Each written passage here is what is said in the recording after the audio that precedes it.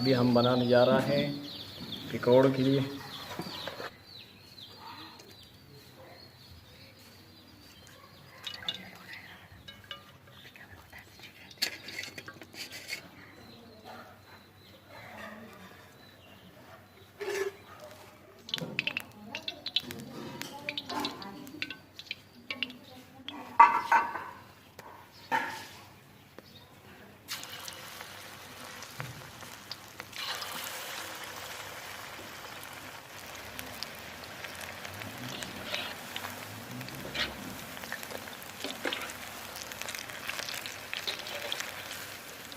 फिर इस तरह कोई प्रेस करेगा, इस तरह प्रेस करेगा, फिर दोबारा ये डालेगा, फिर इसका मज़ा अलग होता है।